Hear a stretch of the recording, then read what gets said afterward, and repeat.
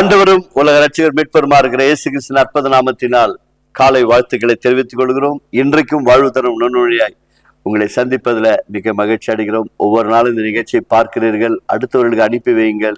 அது மிகவும் ஆசீர்வாதமா இருக்கும். எங்கள் வாழ்க்கையில நாங்கள் ஒவ்வொரு நாளும் இந்த வேத வசனத்தை வாசித்து ஜெபிக்கும் போது எங்களுக்குள்ள ஒரு சந்தோஷம், மன மகிழ்ச்சி. எவ்வளவுதான் சோர்வுகள், எவ்வளவுதான் இந்த உலகத்துல வேதனைகள் வந்தாலும் வேத வசனம் நம்மை பலப்படுத்துகிறது. அல்ல, தயவு செய்து வேத வசனங்களை வாசிங்கள், செபிங்கள். கர்த்தர்களை ஆசீர்வதிப்பாராக.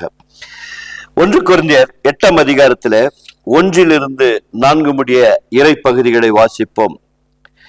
விக்கிரங்களுக்கு படைக்கப்பட்டவைகளை குறித்து விஷயத்திலே நாம் எல்லோருக்கும் அறிவு உண்டு என்று நமக்கு தெரியுமே. அறிவு இருமாப்பை உண்டாக்கும், அன்போ பக்தி விருத்தியை உண்டாக்கும். ஒருவன் தான் ஏதேனும் ஒன்றை அறிந்தவன் என்று எண்ணிக்கொள்ளானால் ஒன்றையும் அறிய வேண்டிய பிரகாரமாக அவன் இன்னும் அறியவில்லை. தேவனில் அன்பு கூறுகிறவன் எவனோ அவன் தேவனால் அறியப்பட்டிருக்கிறான். விக்கிரங்களுக்கு படைக்கப்பட்டவைகளை புசிக்கிற விஷயத்தை பற்றி உலகத்திலே விக்கிரமானது ஒன்றுமில்லை என்றும் ஒருவரே அன்றி வேறொரு தேவன் இல்லை என்றும் அறிந்திருக்கிறோம். செபிப்போமாக. கிருபையுள்ள நல்ல ஆண்டவரே, படைத்த தேவனை விட்டு படைப்புகளை உண்டாக்கி அவைகள் ஒன்றுமில்லை என்று நீர் தெளிவாய் எழுதப்பட்டிருக்கிறது சுவாமி.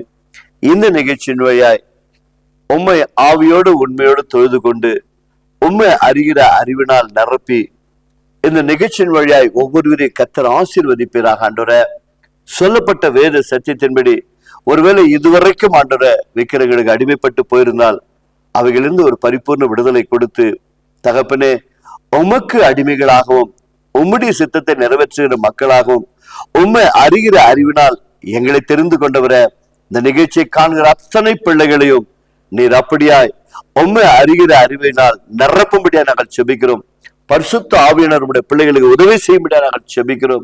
ஒருவரும் புண்படுத்தாதபடிக்கு தேவ ஆவியானவர் சத்தியத்தையும் அறிவீர்கள், சத்தியம் உங்களை விடுதலையாக்கும் என்று சொன்னிற அந்த சத்தியத்தின்படியும் இந்த நிகழ்ச்சியை பார்க்கிற அத்தனை தேவ பிள்ளைகளையும் உடைய கரத்தில் ஒப்புக்கொள்கிறோம்.